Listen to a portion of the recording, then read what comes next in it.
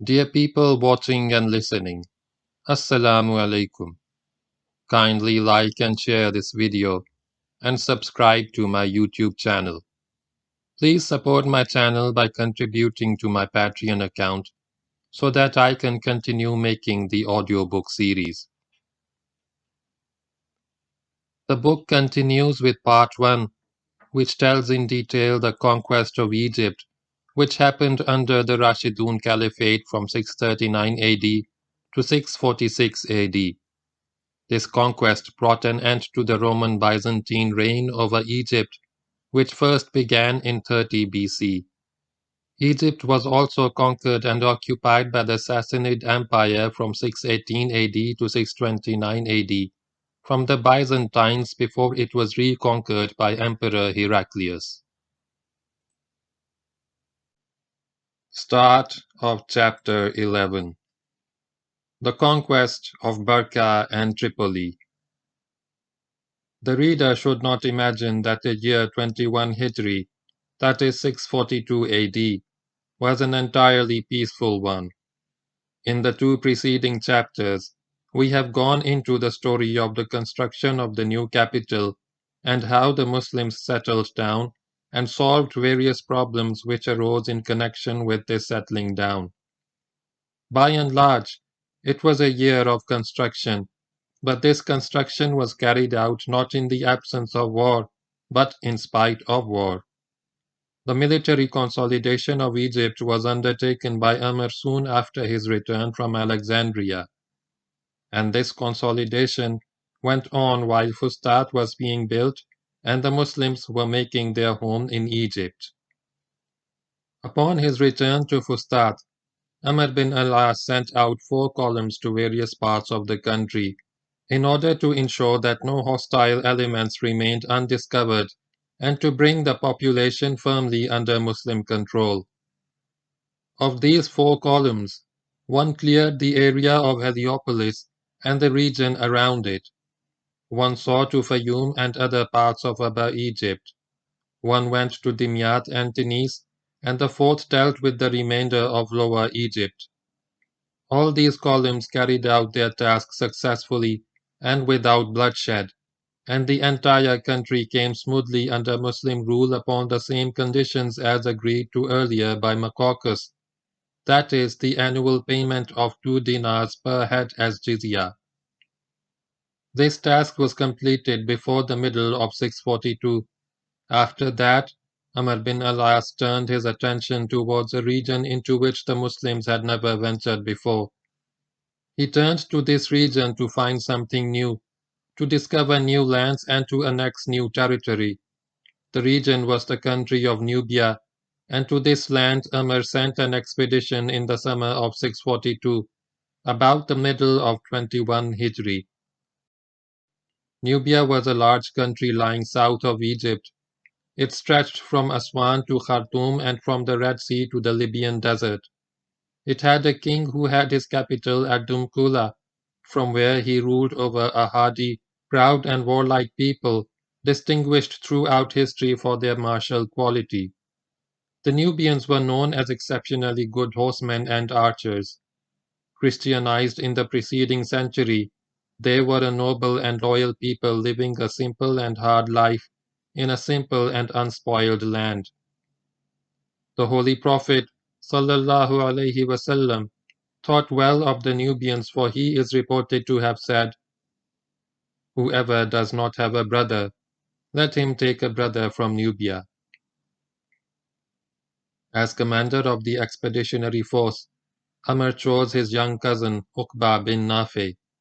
Uqba's father was a half-brother of Amr's father Alas. Muslims who know their history will recognize in Uqba the dashing, romantic figure who rode his horse into the Atlantic Ocean and complained that there were no lands left for him to conquer in the way of Allah. Uqba covered himself with glory in Africa, but that happened later and will be described elsewhere in this book. Meanwhile, in Nubia he was in for a rather inglorious experience. The Muslims got into Nubia and became involved in operations against the local inhabitants. The details of the campaign are not known, but it appeared to have consisted mainly of skirmishes, haphazard engagements, and hit-and-run raids by the Nubians. The mounted archers of Nubia played havoc with the invaders. They were such splendid archers that sometimes a Nubian would call to a Muslim, "Where would you like me to put an arrow in you?" And if the Muslim mockingly indicated the spot, he soon had an arrow in it, and he mocked no more. The Nubians were very fast in their movements. Few of them had armor, and those who did wore very little of it. They were tenacious fighters. The Muslim cavalry mounted on the spirited Arabian horse was proud of its speed and mobility, but could not equal the Nubian rider who would strike hard, rapid blows and then break contact and vanish before the Muslims could recover their balance and take counter-action. One day the Nubians came in large numbers against the Muslims. Uqbabinnafe was glad to see them concentrated at one place, because now he could get his hands on them. He quickly arrayed his force for the attack and ordered the assault with drawn swords. But the Nubians subjected the Muslims to such a merciless barrage of arrows that the attack had hardly got going when it came to a grinding halt, with 250 Muslims having lost an eye. The Nubians were aiming at the eyes. At last Uqba pulled out of Nubia. The Muslims had not been defeated by the Nubians. It was just that they could not get to grips with their adversaries, and were losing men and eyes without a corresponding gain. And the men were losing interest in the campaign because the poor land of Nubia had very little in it of what could be taken as booty, and just did not seem worth fighting for. So Uqba returned to Egypt. A majority of his men had been wounded in Nubia, and many came with only one eye. Because the Nubians would aim at the eyes and usually hit their mark, the Muslims began to call them the archers of the eye. It was not till many years later, when amrbinalaas was no longer the commander-in-chief in Egypt, that the Muslims again entered Nubia with warlike intentions. Most of 21 Hijri had passed when Amr took the bulk of his army out of its camps and led it westwards into the desert. It was a mobile army, camel and horse mounted, that marched with Amr to Africa. We will not go into the geographical descriptions of the lands and cities which appear in this chapter. They are fully described in later parts of the book which deal with the conquest of Africa and the Maghrib. Suffice it to say that Africa, as the early geographers knew it, was the land which lay west of Egypt, its border being near Barqa and stretched westwards to include the present Tunisia and part of Algeria. Some regarded the real Africa as being even farther west, but in general, it covered the coastal zone of the area which is now Libya and Tunisia and eastern Algeria, and this was the land which Amr aimed at as he marched from Fustat. It was now about the month of Shawwal, September 642. After 1 month of marching, the army arrived at Barqa, a city 6 miles from the Mediterranean coast and 50 miles northeast of the present Benghazi. This was Berber country, inhabited by the tribe of Lawata. In a formal and political sense, the place was still under the Romans, who called it Pentapolis, from which the Muslims extracted the additional name of Intabulus for the town. But there was no garrison and no arrangements for any kind of defense. The name of Barqa was given to the place by the Arabs after its conquest. The people of Barqa made peace with Amr. A treaty was signed according to which 13,000 dinars would be paid every year as jizya by the people of Barqa. With this treaty there were two unusual stipulations. The first, that the people of Barqa could sell their sons and daughters as payment of the jizya, and secondly, no tax collector would enter their land. They would themselves see to the payment of the jizya at Fustat at the appointed time, and the Berbers kept their word in the matter of the payment of the jizya until events overtook them a few years later. The year 21 Hijri had not yet ended when Umar sent uqbabinnafe to the southwest into the district of Fezzan. Uqba marched to Zawila, the capital of Fezzan, and all the areas between Zamila and Barqa submitted peacefully to the Muslims. The conquerors found the inhabitants of the area a good people, law-abiding and regular in the payment of taxes. And by order of Umar, part of the revenue coming in from the region was spent on the poor of the region.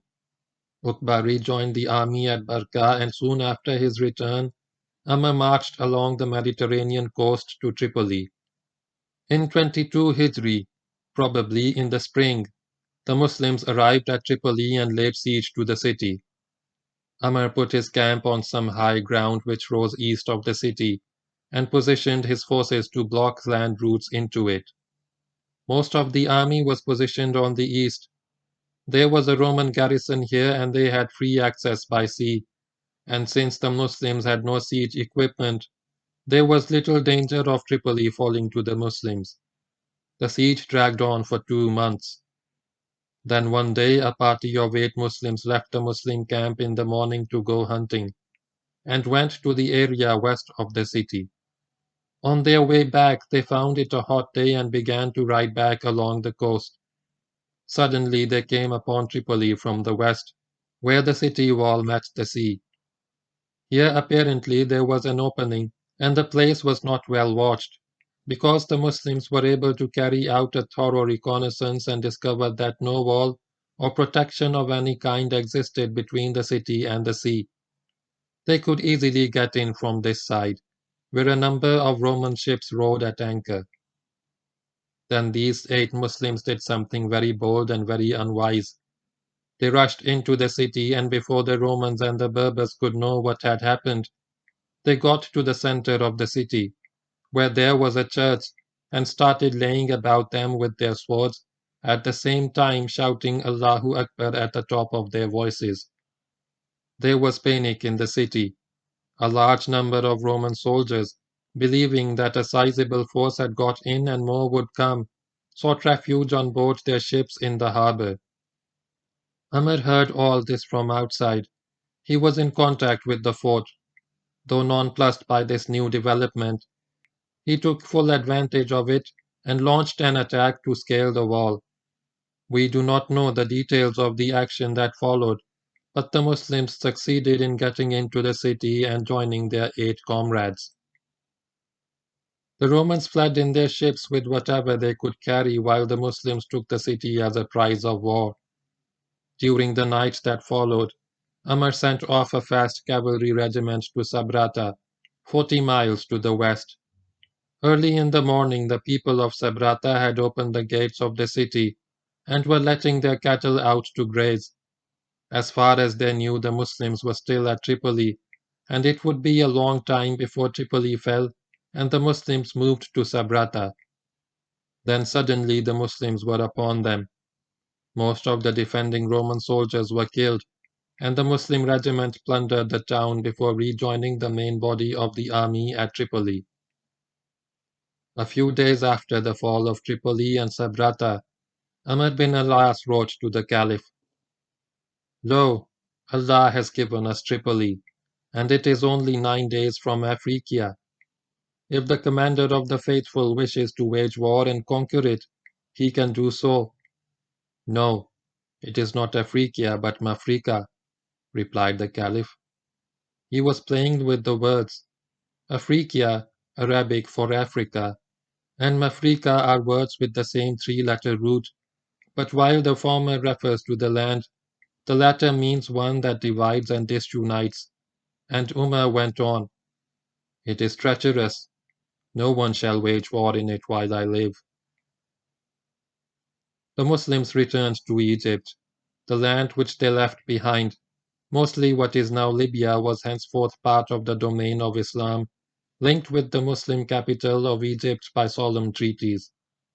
These treaties would be observed in letter and spirit for a few years, before destiny turned this region once again into a battlefield between Islam and Christendom.